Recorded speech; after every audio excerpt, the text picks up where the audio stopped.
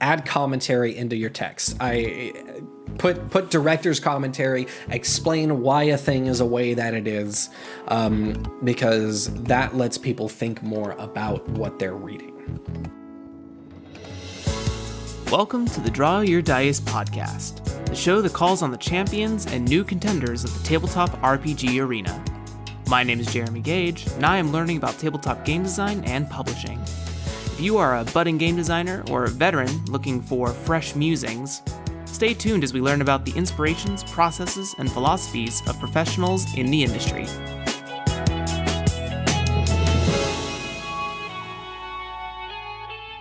Hello everyone, welcome to the Draw Your Dice podcast. This is Jeremy Gage, as you heard in the intro, but as always, it's not about me today. Today, I have a very amazing guest who I heard about on the Party of One podcast first. That's the first time I've ever heard your voice, guest. I can't say your name yet. They are the creator of Gun and Slinger, which is trending like a motherfucker in the indie scene, as far as I'm concerned. And is also the host of the Pen and Paper People podcast. I would like to welcome to the show Nevyn Holmes. Thank you. Hello. Hi, I'm Nevyn. Hi, Nevyn. In case there's an edit issue, there was a technical issue seconds before this introduction. So, hello, everyone. I told you I was bringing chaotic energy to a wholesome podcast, and the universe said, all right, let's do it. You want chaos? Here's chaos. I'm in it, dude. Yes, Nevyn and I have connected through the Brain Trust, as many of my guests throughout this series. I hope that expands, but it's not like the Brain Trust isn't filled with some of the greatest people I've ever met. There's so many people in there. There's so many people in there. They're all good. They're all good. Why does one place have so many good people? I don't understand it. It's like the opposite of Twitter. Yeah. Damn it, Twitter. Damn you. There are good people on Twitter. I have a heavily curated Twitter, so I like to live dangerously, and I like to be mad every now and then. So my Twitter is... I want to be notified about hashtag D&D. My Twitter's where I go to feel things. To remind myself I have emotion. Hi, I'm Nevyn Holmes. Yes, please introduce yourself to the people. He, they, he. If I know you, use whatever. It doesn't matter. I have pronouns sometimes. I, as Jeremy said in the wonderful intro that I immediately threw out the window, I designed Gun and Slinger, a game for 2 or 3 players about weird magic and a sentient gun. I've designed a bunch of other stuff, all of which is extremely good, and you can find on my website, nevyn.games. And your Twitter handle? It. Oh, @Fork20. Awesome. There's no guarantee that people make it the full 90 minutes into this show, so I want to make sure that they can find you immediately. True. Fair and true, especially with the strange energy that this episode already has. Who knows what's going to happen? We may not even talk about games. We may just talk about... We might just talk about anime. Yeah, listen. We could. I think about starting an anime podcast every once in a while. If you want that, let me know. Tempting. It's really tempting to just start a podcast to talk about every single hyperfocus I have. Find my niche in every niche. I have a big time ADHD, and like every week it's this thing is cool. Yeah. I'm just gonna dive right in. Right now it's screen printing. I'm trying to not dive into screen printing without looking first, but man, I could screen print the covers for You're in Space. That would be super cool. And then I can screen print. Anyways, what are we here to talk about, Jeremy? So welcome to the podcast about game design and publishing. Screen printing is tangentially important. Great intro. Thank you for being on the show, Nevyn. As always, a sort of icebreak people into who you are. Why don't you give just a brief touch on A or 1 or 1A, what was maybe like your first role-playing game that got you into the discipline, hobby, whatever the professional word you want to attach to it is? And then what game or system kind of prompted you to start designing games or want to design games? Yeah, so excuse me. Like most people, I started with D&D. I started with 4th edition, and it was a group of mostly shitty people. But I had fun. I got to do a lot of homebrew stuff with the GM. It was a good time, generally speaking. And then we moved to 3.5. And I actually ran my first campaign there, and it was awful. I was a terrible GM, and it was a terrible time. Flash forward a few years, Crit Roll starts. I get back into D&D. My friends get into D&D because of it. I start running a game. My friends start running a game. But I didn't really start... What got me to start designing games was Zine Quest 2017 or 2018. I picked up Will Yost's Black Mass and Mary Inger's Casket Land. And that Zine Quest is what like blew my mind open and was like, oh, there are other games and you can design them and they don't have to use dice. Mm-hmm. You can just make a game that uses things. And I went down a rabbit hole, and before I knew it, I had a shelf drawer thing filled with zines that I hadn't read and games that I'll never run. And now I'm a game designer. The first game that I made, was back in elementary school. I was talking about this on Twitter like last night. I designed a hack of Candyland called Back to School, where you play as students who are trying... It's the start of the school year, and like the board follows a path through the school year, and you're essentially trying to speed run or escape school. It uses cards the same way that Candyland does, and it also uses dice. I don't remember any of the systems beyond that because I was, 8. Mm-hmm. And then most recent, in the modern era of Nevyn, the first game that I designed is called Thou Hast Been Called Out. Mm-hmm. It is just kind of a gonzo RPG that combines like social media language with high fantasy. Mm-hmm. And your Twitter account, your HP is equal to your Twitter followers. It's that kind of stuff. Mm-hmm. It uses like a 1d6 or a 2d6 roll under system. I think it's a really good game, but it's also a major shitpost. I designed it in 4 hours. I had it finished the first day I had the idea. Then I designed a game called Skeletons, which is a lasers and feelings hack about being skeletons who work in the IT department of a run-of-the-mill corporation. And that game is my feelings. Do you work in IT? Yeah, my day job is IT. I am the help desk manager of a small managed service provider down here in good old Texas. Well, thank you for all that support. I'm sure you were giving a lot of it during that winter storm that was down there. Yeah, that was real fun. Super fun. Extremely exciting. Powerful sarcasm. Honestly, thankfully, we like when COVID first started up, we like had to rush to figure out a lot of ways to support people remotely. Mm-hmm. So thankfully, we already had the infrastructure in place. Yeah. So it actually wasn't too bad. It was honestly kind of chill. You get it? I did it. We're going to pause for laughter. For the laugh track. Just edit in some like crickets and we're good. Yeah, and clear. No, thank you for that support and braving that inclement weather plus these trying times that we're in. So I applaud you if no one else is. Thank you. I don't deserve it, but thank you. Oh, God. But What I love about your designs, Nevyn, at least for the games that I've been exposed and the ones you're telling me about now, is that they have almost this. I know you mentioned that they have like some of them have this shitpost energy to them, but also they have like this. What do I say? Like, maybe I don't have a good word for it off the top, but like this romanticism or this like poeticness about them, where like when you name them, when you give them their titles, like one of the games we'll talk about later, the space game. I don't want to say the full thing yet. But like they have these very, we only get to say its name once, basically. We get one for the full name. We got to make it count.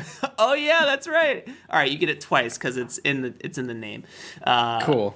But it's interesting to see these designs that have almost this poetry to them. Like they immediately give you a sense of what you're about to open the book to play. Like, I know a lot of people rely on the art direction of the cover or the synopsis on the back or first page of the book or something like that. But you almost get it right on the title. Like someone shares the name of your game, it's like, oh, I know exactly what that's about, right?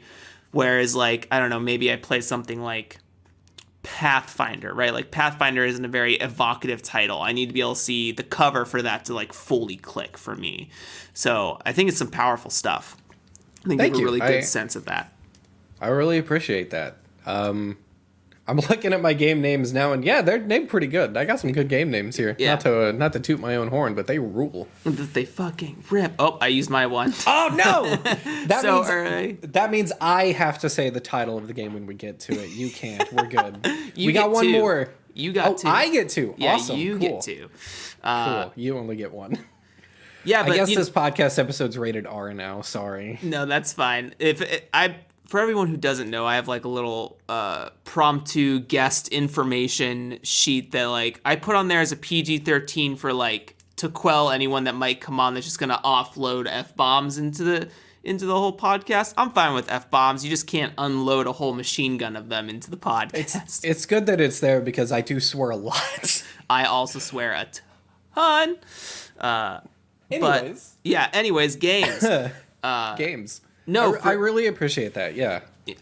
For me, in it, like just to commiserate, I also started when I finally like got touched onto Critical Role, and you know, for as much as I'm in this moot point with the Critical Role series and D&D and whatever, it's just something I still always go back to because I think it holds a special nostalgia in my heart as like what brought me. It reminds you what brought me to the discipline, the hobby, if you will. So. I can definitely understand that. And there's like as much shit as I give D&D and as I give Crit Roll and as much shit as those things deserve for some reasons that we don't really need to get into. Sure.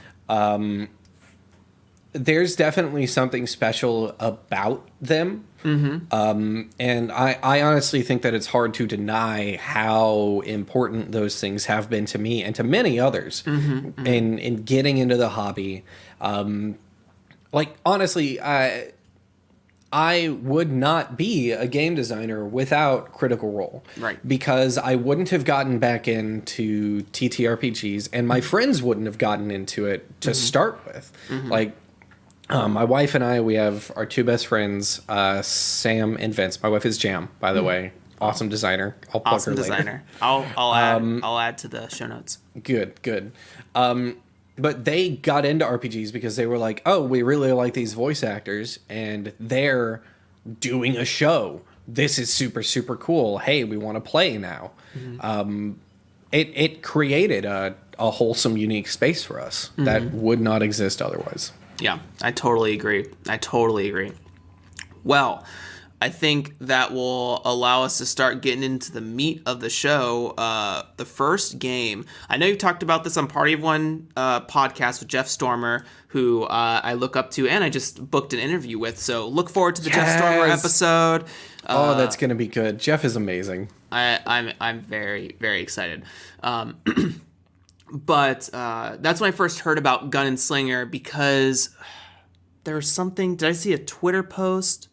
It was either a Twitter post or it was literally the first day that I joined the Brain Trust. That was sort of like popping in a chat or something like that. I was like, oh, what is what is Gunslinger? I'm learning about indie games. I just like started branching out to like Forge in the Dark systems and stuff, and I'm being exposed to past Zine Quest projects, and sounded amazing at that time. It's only like it's like a fine wine. It's only gotten better since then. I had the pleasure of being able to read it, and we're gonna talk about it. And it's so good. I'm going to say it a bunch of times, but get the game. Like, there's no reason not to get this game. There's no reason. It's so good. It has a lot of things for everyone, especially because of its very successful Kickstarter run and hitting all the stretch goals and these additional designers that have added a lot of different settings to the game. There's a lot for everyone here. Like, I think it's a very universal kind of game when it comes to setting. So I'm really excited to talk about it today. Thank you very much. I am honestly like I love this game so much. I love and it. I'm not trying to just be like, yeah, I do definitely maintain a constant energy of I make good shit. Yeah. Because I do. I maintain the fact that I have never once made a bad game, and I never will. Yeah. Nevyn Holmes, only bangers. If I do make a bad game, you do not see it. Or you don't see this version of it. Yeah, well, or I just stop making it. Heard also that. Never made a bad game, never will. Gun and Slinger rules. For the people at home who may not be familiar with what Gunslinger is, why don't you just give a brief introduction of what the game is about? And you can you don't have to talk about like Sword and Bearer and stuff. Yeah, I mean, I will, because those are also amazing. Yes, also. And I'm just going to read the ad copy, baby. Here we go. Let's go. Gun and Slinger is an RPG geared for short episodic sessions about a weapon and a wanderer. A maestro, a GM basically, and two players as the gun and the slinger set out into a dead planet mutated by a god's forgotten child and hunt strange bounties, investigate the world, and unlock hidden powers. During play, they seek to learn the nature of what's hunting the slinger, figure out why the gun is sentient, and discover how the world died. It is a game that is played using Go Fish and Blackjack, something I honestly don't think I have seen done in this way. It's a wholly unique resolution system that I'm super, super proud of, and really, really allows for some awesome moments of tension in play. In addition, like you said, the Kickstarter hit all of its stretch goals, and we've got 3 additional things in here. There's an additional character by Adira Slattery called the Demon. There's a playset called Mech and Pilot, written by Pam Punzalan. I'm butchering that name. And there is also the playset Sword and Bearer by Viditya Valetti. And just every single person who came to the table to work on this blew it out of the water. I cannot say it enough. I am blown away by the quality and passion that everyone put into this. The artists, the layout, the designers, God, it's good. It's so good. It's so good to look at too. I was telling my partner Grace, this is one I'm trying to move into a mindset for my like living situation where like I like to live a very minimalistic, no items sort of lifestyle, and this is one of the few games that I would allow to break like that rule to have a physical copy of, because it's that like I would love to see it in a print format with all of its amazing typography and filigree and art direction in it. It's a beautiful book to look at in addition to read. Yeah, Senta Posadas did a fantastic job on the layout. I brought them on kind of last minute because some stuff happened in production, and they absolutely killed it and met and exceeded the brief on all levels in a shorter amount of time than I ever want anyone to have to work on anything. They did the layout for the core Gun and Slinger, and then Jam came on and did the layout for Mech and Pilot and Sword and Bearer, and I did the layout for the Demon. Like when I say we were crunching on this, we really, really were. But seriously, everyone came together and blew it away. I totally agree. I 100% agree. Sort of my first question for the game is, why this game? What came to you? What started to trigger this? Get it? Trigger? Yeah. What made this game possible? What was the idea that started this whole endeavor? Like every single one of my games, it started as a shitpost. Great. It genuinely, it did. There were, what was it? There was a game jam called the Talk to Transformer Jam. And essentially what you do is you take the titles of all of your games and your work in progress games and you put them into Talk to Transformer, which is a neural net that pumps out text based on what you put in. And the idea is this thing's going to spit out a list of game titles. You have to pick one and make it. And one of the game titles that I got was Your Gun is a Gunslinger. And that was going to be... I took that and I was like, okay, so it was originally going to be a versus game of a Wild West gunslinger and their gun, and it was going to be like a shootout between the two. And I knew I wanted to do something weird with it because this is a weird name, so it needs a weird system. So I was like, all right, I bet I can make Go Fish work for this. Why not? Let's try that. And as I wrote it, and that version of the game actually never existed. I never made that. It went straight to being, this Go Fish thing is really cool. What if I made this collaborative? And it just evolved into Gun and Slinger, which is, I think, good, as I've said. As we'll continue to say. It started as a shitpost. It really did. And I think that I'm kind of rambling here, but I think that there's something really great about being able to take a one-off little like, oh, haha, look at this kind of idea and just design it and let it grow and become something that I think is like, to me, it's really important. And I also think that it does some really cool design things. Like, let your shitposts breathe. Yeah, absolutely. Absolutely. I mean, I know that I've had Keegan on the show prior to you, who also made a game based off a shitpost. I know that Adam Bell also did a similar thing and then was like trending in seconds on Itch right after that. Like, it was the star heist / stat heist situation.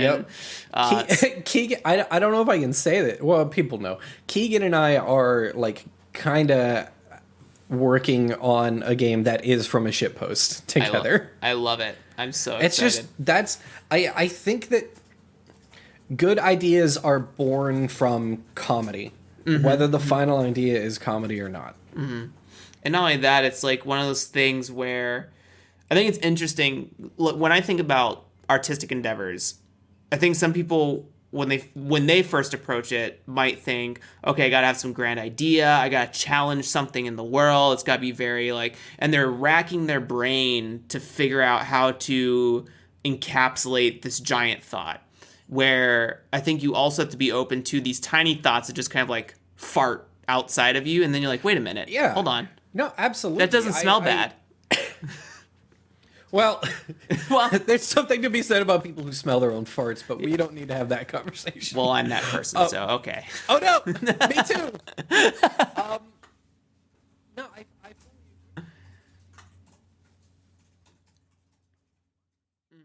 Hey everyone, Jeremy here. So there was some audio issues with this particular portion of Nevyn's audio. So I believe the general gist we were talking about is how you can take these small ideas and you shouldn't really let them go, like things that just sort of appear inside of your mind, and write them down. Don't let the fleeting idea escape, because you don't know when it's going to become your next larger idea. And it's also important to take micro concepts of your work in consideration to test out mechanisms. So for instance, if you have an idea for a larger game, why not take your set building or your NPC building mechanics and gamify those and see if they hold ground before adding them to the bigger game. Anyways, I hope that sums up the general portion of this audio for you and helps contextualize the forward passages that we talk about here.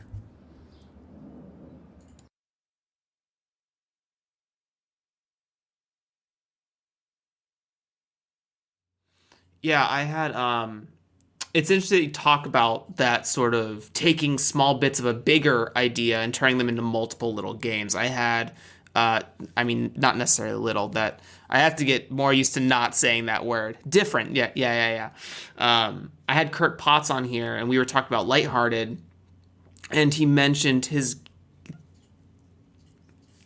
I love it. But he mentioned the other game we talked about. Oh shit, Dark Room Sigil. I'm sorry, Kurt. I can't remember it off the top of my head, and I don't have my thing open. But basically, he was trying to figure out how like dark magic worked in Lighthearted. So he kind of just made another game as a part of that solo journaling game, and like, I find that very cool. And when you say it too, I think about like my big game ideas, like, okay, what can I sort of like do as little games to sort of like test a bunch of different systems out? Like, I think something to think about too when you talk about this style of design is that when you have this big grand idea and you start sectioning off these little bits, it's almost like rapid small gear playtesting, playstorming. The elite say playstorming. Yeah. But it's like, okay, I want to see if my resolution system works. So like, let's see if I can put it in something else smaller. Like get the idea, get the same ethos behind it and use the resolution system, but not the game, right? Make a completely different game, right? Like I think about in Kaleidoscope, I had this thought after reading Slinger too.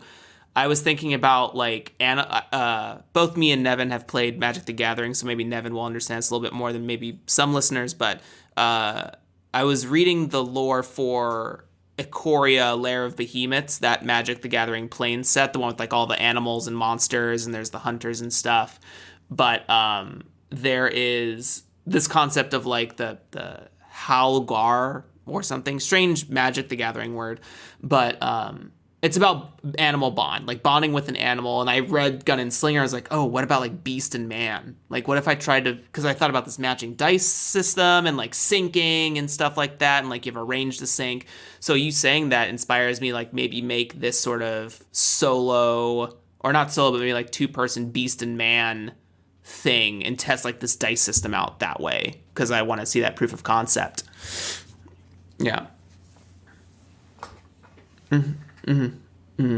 I love it. Well, that's the intro to Gunslinger. You talked about the Go Fish, and was it just like you just want to test yourself with Go Fish and this blackjack system, this resolutions? Because for me, I agree, it's unique. I've read a lot of Brain Trustees games. I constantly hunt for card-based systems. So I've read stuff like what is it called? Unbound. I've seen. Oh shit, they're all like escaping me at this exact moment. Oh, what was that mnemonic game that was on Kickstarter like 2 months ago? Anyways, I've been hunting for them. Yeah, a lot of them are like very Yeah. I think there are very like tarot-based systems. It's like very like prompt generation solely most of the time. I love what I saw in Gun and Slinger. So you started Go Fish. Did Blackjack come later? Did you have a tough time with cards? Like, did you have a tough time trying to figure out how to make a card system work since there wasn't a lot of example for you?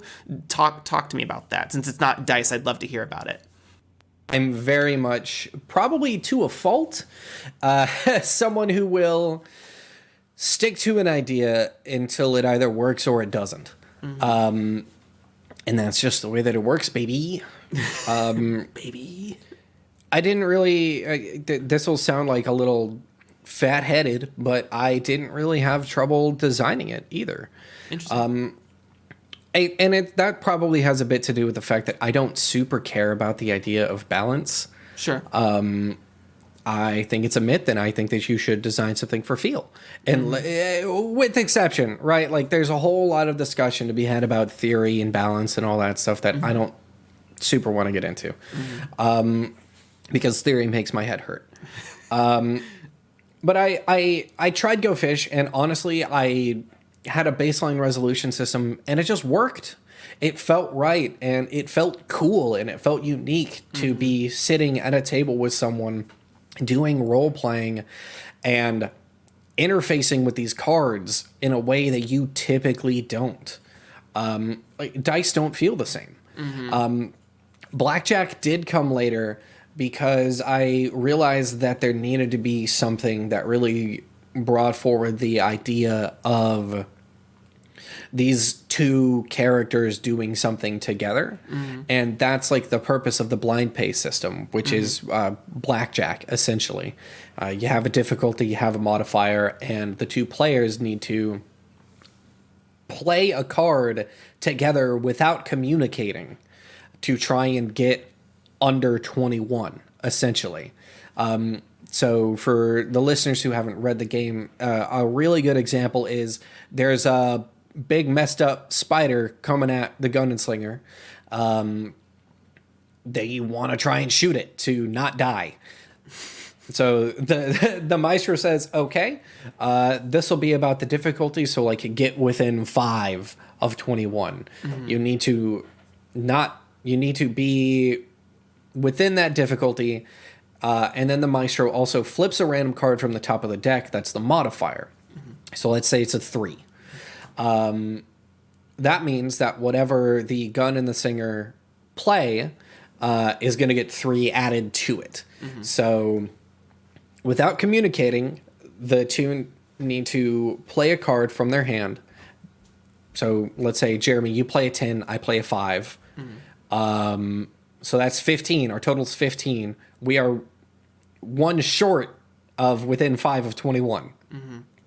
But we get that plus 3, Right. bringing our total to an 18, and we make it. We succeed. It also it brings a really cool tension to play. It's like, I want to say it's hard to fail in this game, but then blind pays come up and it's like, no, it's actually, who knows what's going to happen, and it's so cool. It works really well.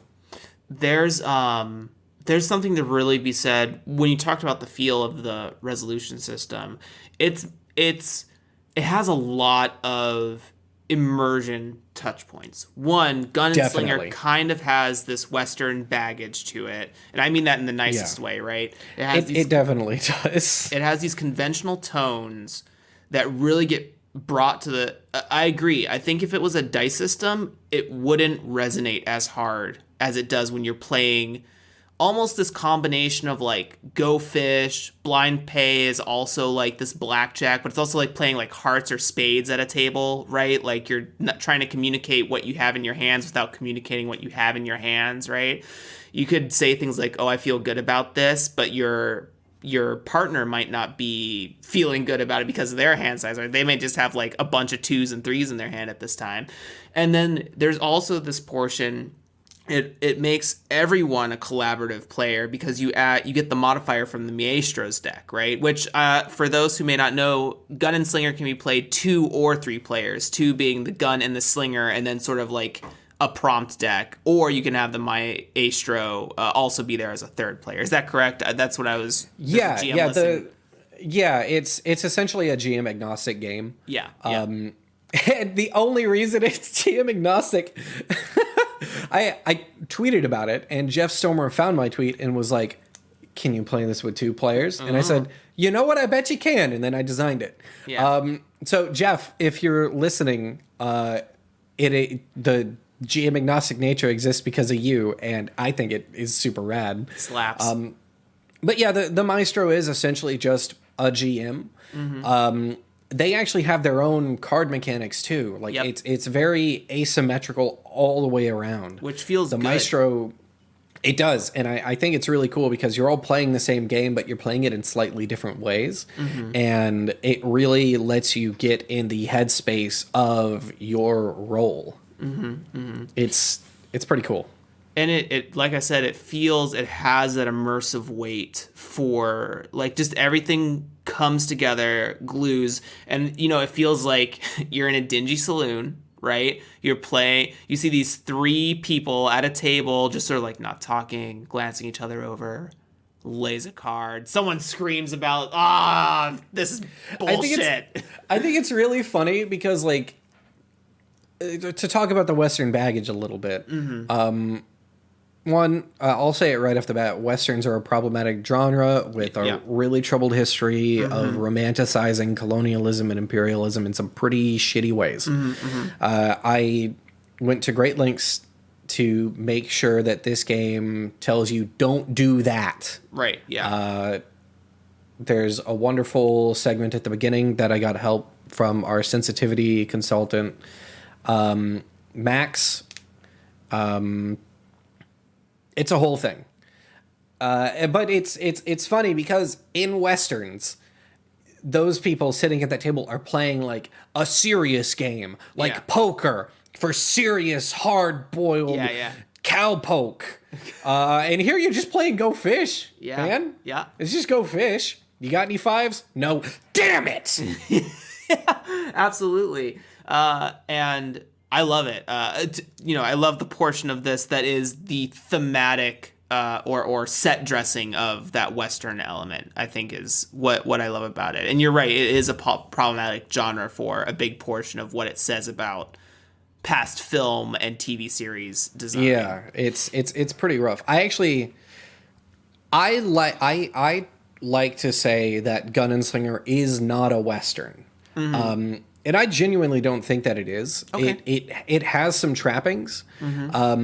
And, to a degree, it participates in some tropes of the genre. And you can call it a Western. Like, it's easy for it to be a Western. So many actual plays that I've seen have taken it in a Western route. But I try to tell the players that it's not, because I think that it's a more interesting game and more interesting setting to explore when you tell yourself, don't follow these tropes. It's much more interesting to play as a Mad Max game. It's much more interesting to play as like a Tomb Raider game. There's some very, very cool stuff that you can do and explore in this game when you say, okay, it's not a Western. I'm not going to be a shitty Western McGun dude. Yeah. I feel like my biggest thing that screams when I first read is Trigun. I thought of Trigun immediately. Yeah. So, yes. We were talking earlier about synthesis of design. The setting for Gun and Slinger. This isn't anywhere in the book, but it's actually based on a very old idea I had when I was a much, much younger shitposter. It's set on this planet called Sparsile, which is a term for a very, very small star, basically. And that setting is like super inspired by Borderlands and Trigun and Chronicles of Riddick. Absolutely. I feel all of this that. is when I was originally working on this game, I was talking to Jay Dragon actually. And Jay told me, hey, you're right. It was originally a Weird West game, like all the way through.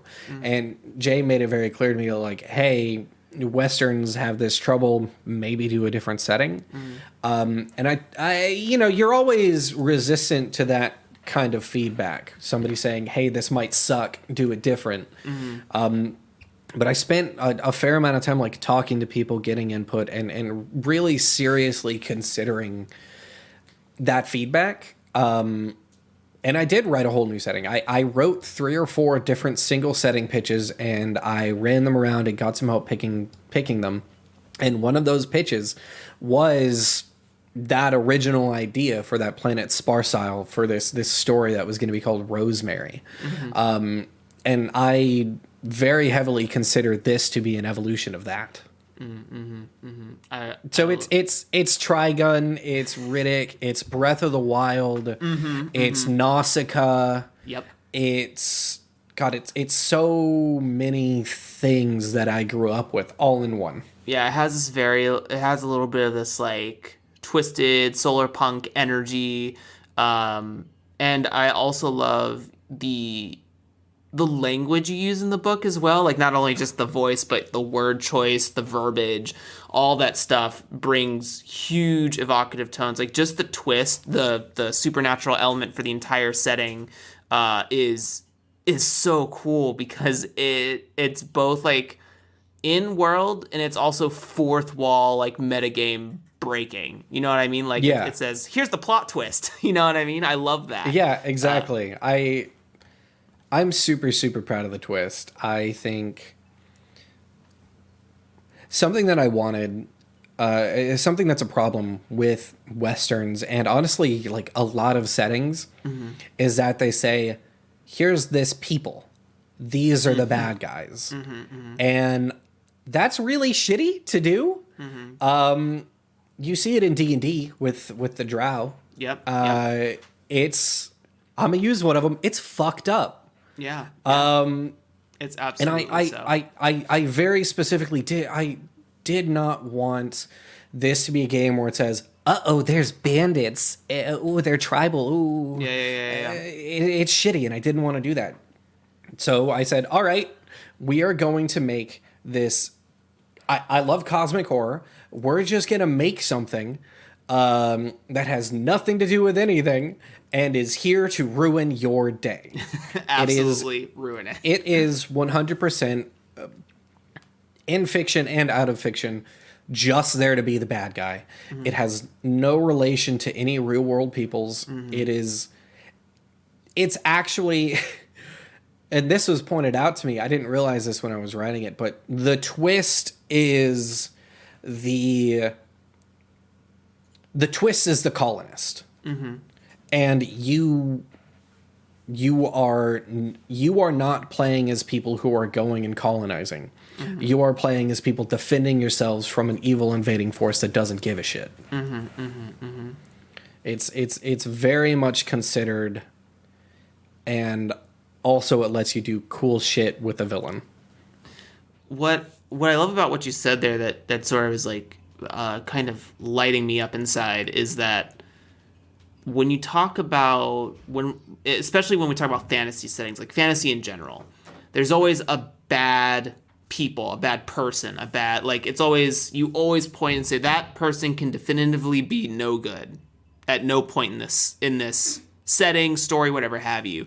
And I find it interesting that as we try to, or what I want to kind of provoke is that as we start to think about these genres and evolve them into a space that is open to less colonial style ideas, to make the enemy nature, or to make because there's also something we said about pointing at a person, a people, and also calling them a colonist, right? Because it's sort of this still reversing of the same instance. And for anyone who may not know, I'm Black. There are different implications that I'm constantly, as I'm saying all this, I'm constantly like rewriting things in my brain through my personal lens and for the lens of people who may feel differently from me. But I think it's interesting as we evolve it to kind of create these enemies that are nature, monstrous, and that allow us to not attach them to people, but maybe it allows for someone at their own personal table to work in a people that they want to examine, right? Like they want to examine. Yeah, exactly. They can project their own coding on that entity, but we as designers create this ambiguous thing that doesn't that doesn't have the potential to attach itself to a real world instance, which could potentially be damaging for someone. It's really interesting because when writing Gun and Slinger, like after that was pointed out to me, I went back and I took a look at everything that I'd written, and I actually adjusted things to kind of lean into that more. And I even say as much, I think, in some of the intro paragraphs. But for me, the twist is explicitly an evil outside force. Explicitly. Yeah. No denying it. It is there to be the bad guy. But it's also representative of some things for me. Like, the twist is capitalism. Yeah. For me, the twist is capitalism. It's colonialist. It's imperialism. It's shitty people. Without being tied to shitty people like we were saying. Yeah. When the game got out into the wild and people started reading it, there's over in another Discord, there were some people who were talking about the twist and who actually had trouble with me saying this is explicitly an evil thing. And I get that. They were saying, I'm trying to think of how to word this. The ADHD is kicking in hard right now. Heard. I'm here for it. There were people who turned around and said, I actually sympathize with the twist. I want to see the twist as sympathetic.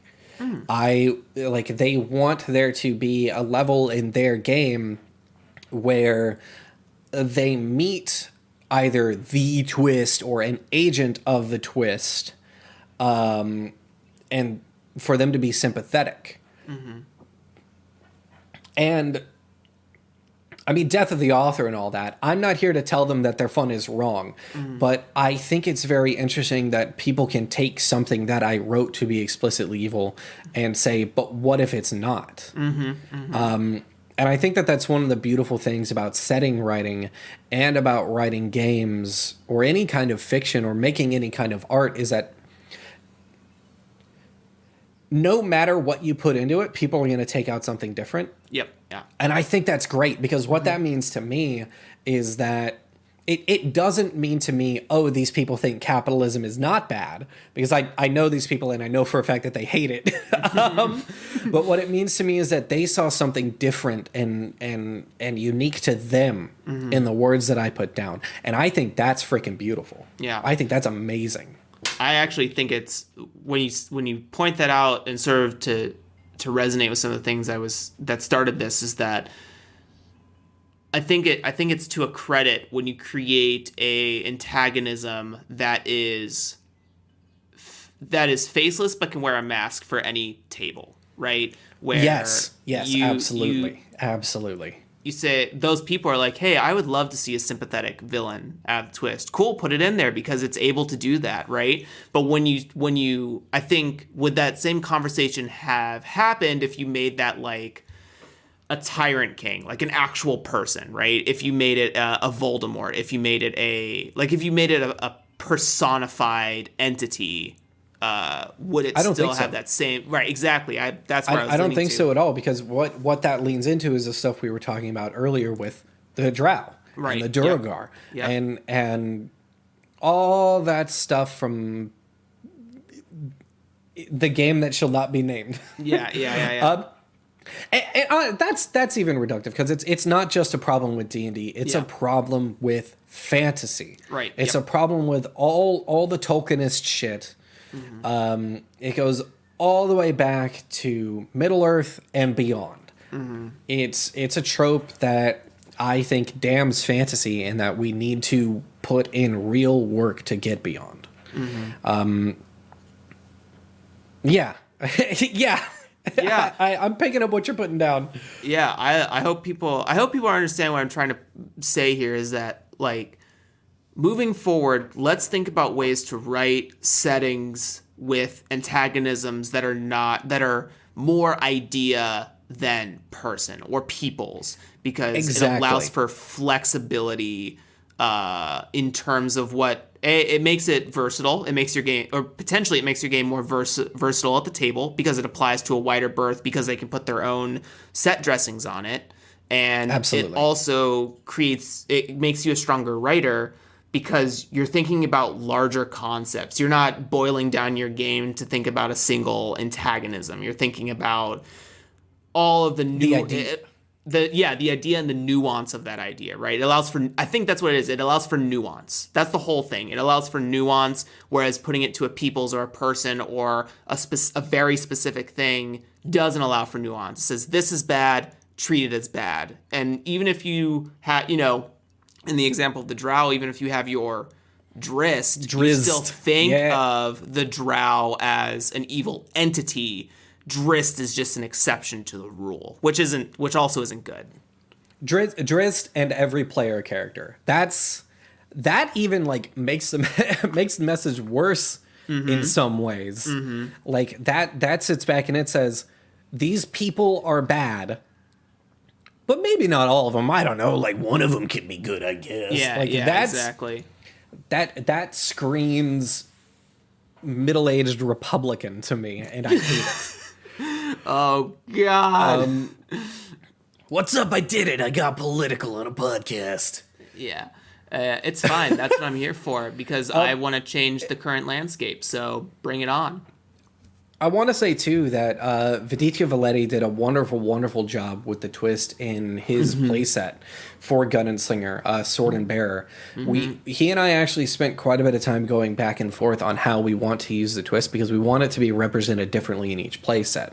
And Vidica did a wonderful, wonderful job of making the twist be capitalism in a different way. It's very much, because in that setting, the twist is an entity that is more politically minded and has worked its way into the upper echelons of society and like is the ruling class. The twist is the bourgeoisie. And even still, that ties evil to a people, but it's not a race.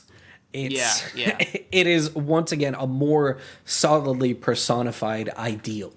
And there's some similar things going on in Mech and Pilot as well. I hired some good people for this project.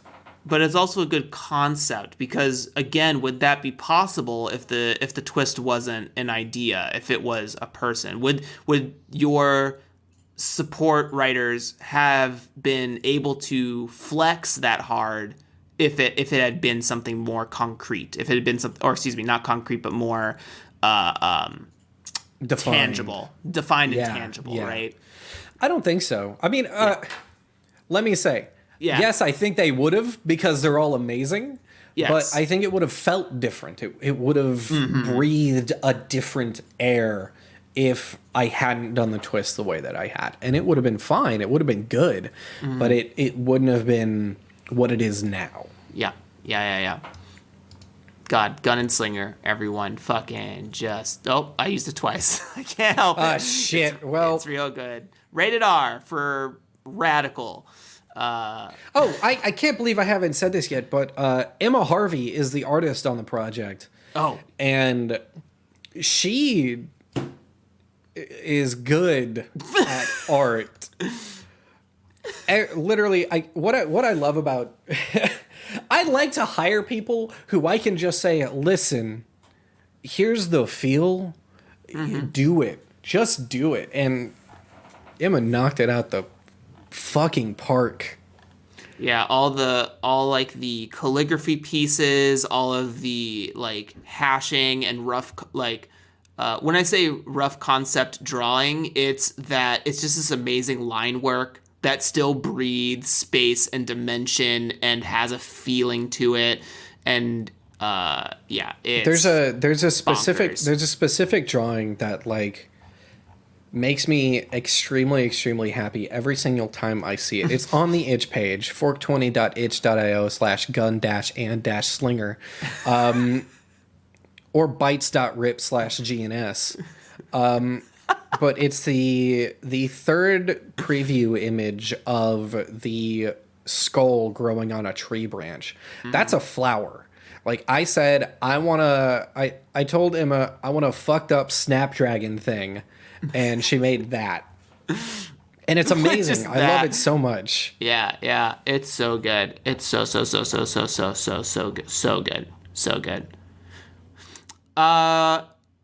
Is there anything before we move into the next segment, is there anything that you also sort of want to... I mean, I've gotten a lot from just these simply 2 points, but is there anything else you want to sort of draw attention to that might help other designers, like a case study, right? Something that you think, when I present this question to Nevyn, I don't want it to seem like I'm trying to ask them to inflate their own head and say, what else do you think you did good? But as like a case study, what's something else that you were trying to execute with the game that you think that might start to adjust the landscape of how, if someone were to like, man, I love Gunslinger, I would love to do a Gunslinger hack. What are some points that they should take into consideration when they read your game?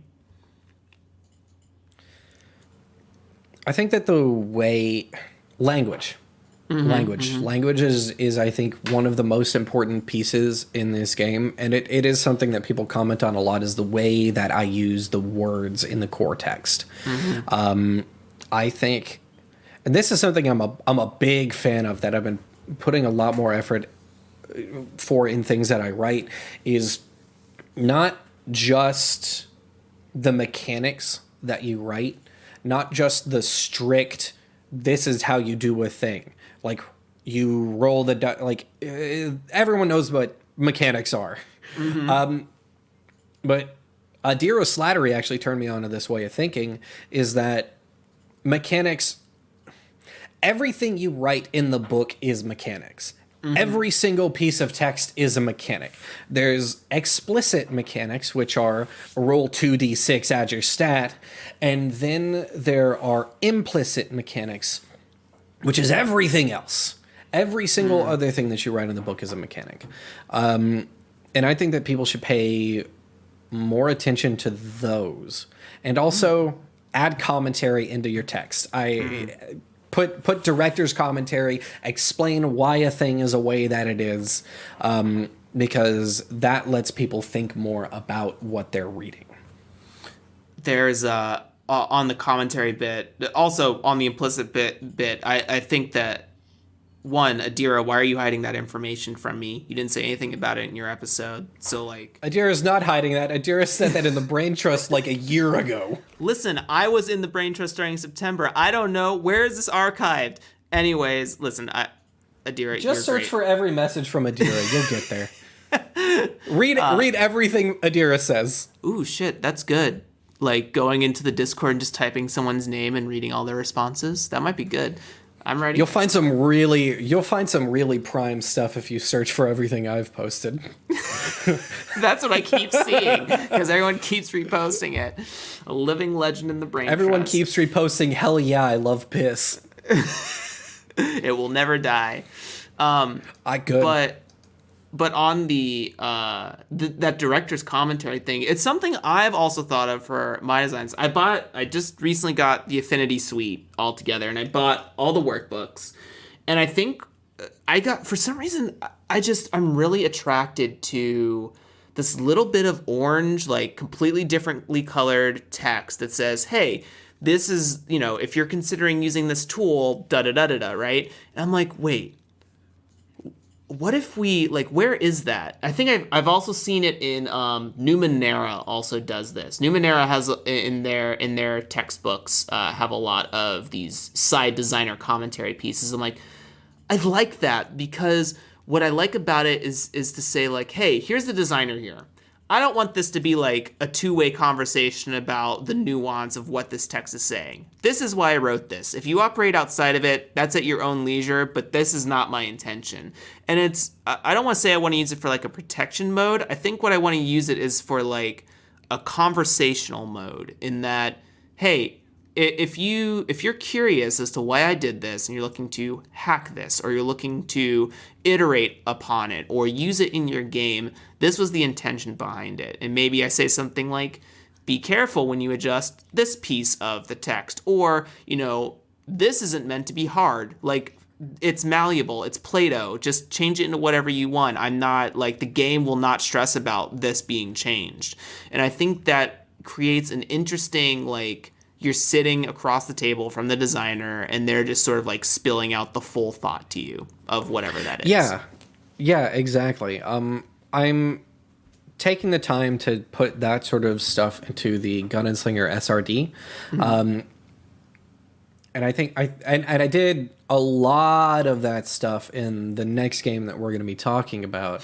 And I did them in different ways for different reasons. But I definitely think that designer commentary is very important. As you said, not for a protection method, but for a conversation. Because I whether or not somebody sits down, like, you can put the text in your game and say, this is not a conversation, it's this way for this reason. But the fact is, it's a conversation, whether you want it to be or not. Mm-hmm. Everyone takes different things from what they read. Everyone gets different ideas from the same sources of inspiration. Design and play and reading, which is also a form of play, it's all a conversation, and it's all two-way, whether you want it to be or not. So you should embrace that and give people as much clarity as possible so that they can have an intelligent conversation with your design. Absolutely. I think because clarity is the that's how big we word. grow.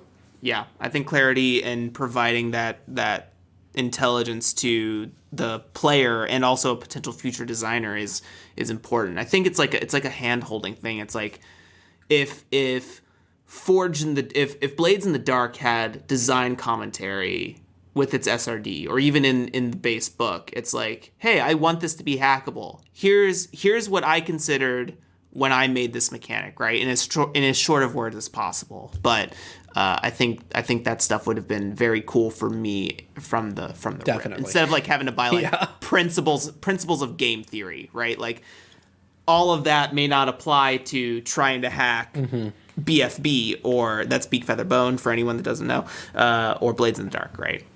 Or Yeah, exactly. Exactly. Awesome. Great.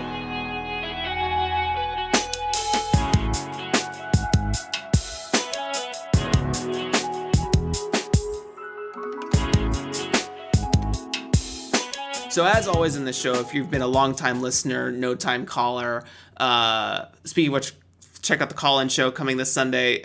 Well, it's probably this Sunday because I released it this Monday.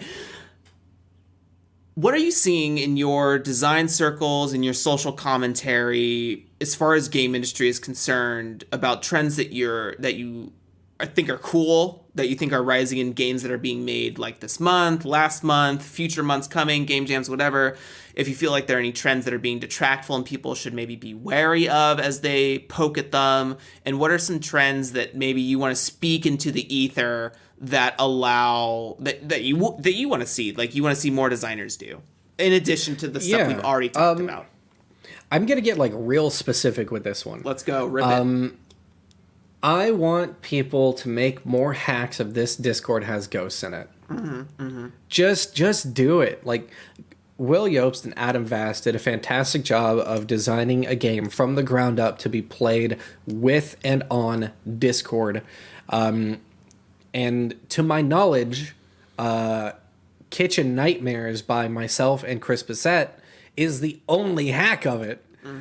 There needs to be more. It's such an interesting way to play a game, and in designing that, in working on that, it really changed the way that I think about certain things.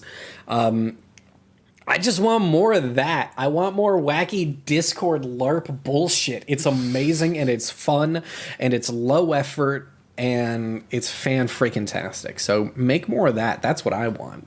I totally agree, and especially when we have the conversation about where is tabletop gaming moving to in the coming years, months, whatever have you. Like, I think we're starting to reach a point because of remote from working, the COVID scenario, all this stuff. We're really starting to explore the internet. We're starting to explore electronic tools. We're starting to explore all of these faculties and softwares that allow for us to engage with each other, right? And right now the common base is Roll20, but I'm going to say it, I don't love Roll20. I think it needs some What a work. hot take. Yeah, what a hot take.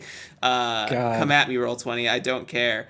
But I also don't think there's a good substitute for it. Like, I've tried to use Astral. I've experimented with Roll, which I'll always say is like not a strong Google index SEO name. I can never find it. I always have to find the email. Playroll.com.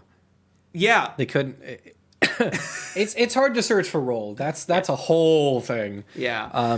But there's no like good VTT alternative. People are like experimenting with Miro and finding a lot of success there, but it doesn't have like a built-in dice roller. But then there are apps. So there's all these piecemeal things, but we still don't really have a space where someone's considered playing a game in a virtual space and all the things that sort of need to be thought about when it comes to these touch points. We talk about this Discord has ghosts in it, and designing a game specifically around a platform and synthesizing and resonating in that to beautiful execution is like, we need to do, I agree, I think there needs to be way more examination of the future. I think I understand the ritual of sitting at the table, taking out a physical pair of dice and writing on a sheet of paper.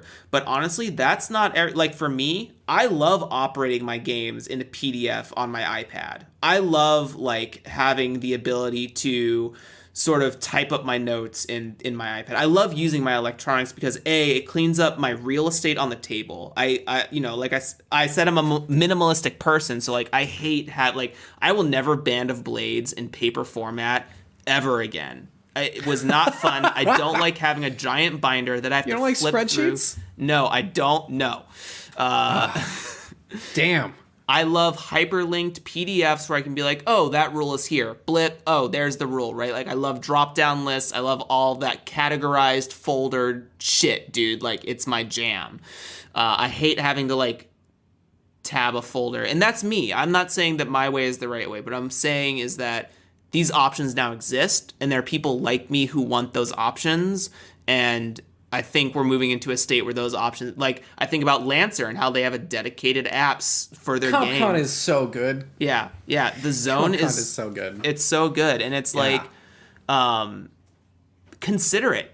Consider it when you're designing. Me and Spencer are constantly talking about live design and how we want to build games that potentially never go to print and that solely operate on, and that comes with its own fallacies, right? Like internet connections, download space, people's accessibility to technology, like that comes with its own set of hurdles, and I don't want to deny that, but it's like it's an option. It is now an option, and it should be considered as a design ethos potentially.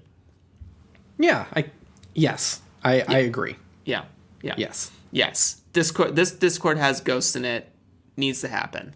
Needs more of it. Kitchen Nightmare shouldn't be the only hack. It's a great hack. I've played it. I've been the knight. It's good. It's chaos. Good. It's a harrowing experience. Especially for the night. I can't listen to everyone. I really liked this is a short aside. Adam Bell did a charity stream where he facilitated a game of Kitchen Nightmares. And the way that it works, like we only saw and heard everything that he saw and heard, and it was an absolute treat to just watch him dissolve over the course of like an hour and a half. There, every now and then he would just like hop into a room and go, oh my fucking god. And it was the best. It's so good.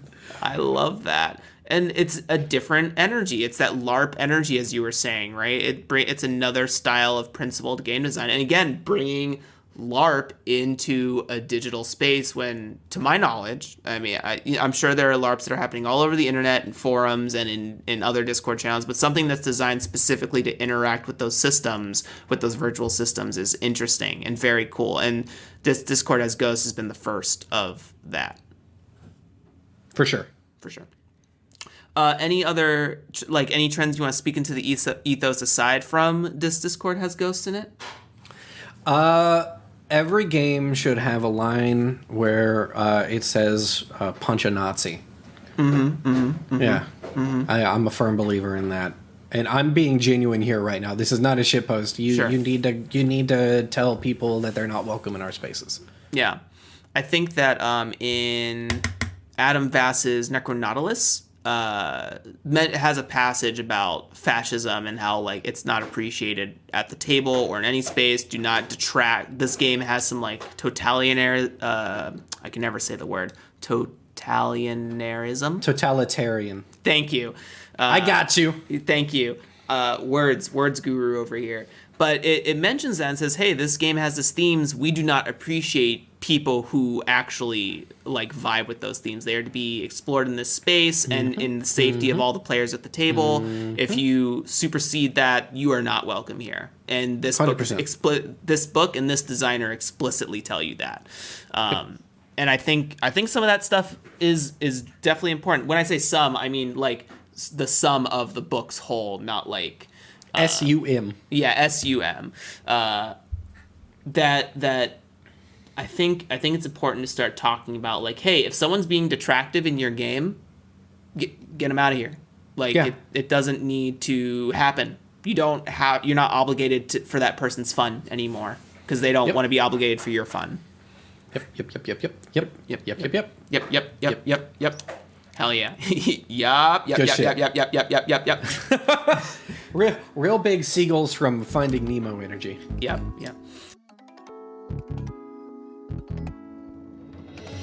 Hey there, everyone. This is going to be an amazing two-parter, so I will leave you with the theme song of the show, and you can vibe with that for the next minute and a half, and we will see you next week with Nevyn's Part 2 episode. There's a lot more to talk about and a lot more Nevyn to have, so I look forward to seeing you then. As always, you can catch me at JeremyH5 over on Twitter. If you like the show, make sure to donate over to the Venmo or Ko-fi profiles by using the link tree to access those pages. Otherwise, I will see you next time.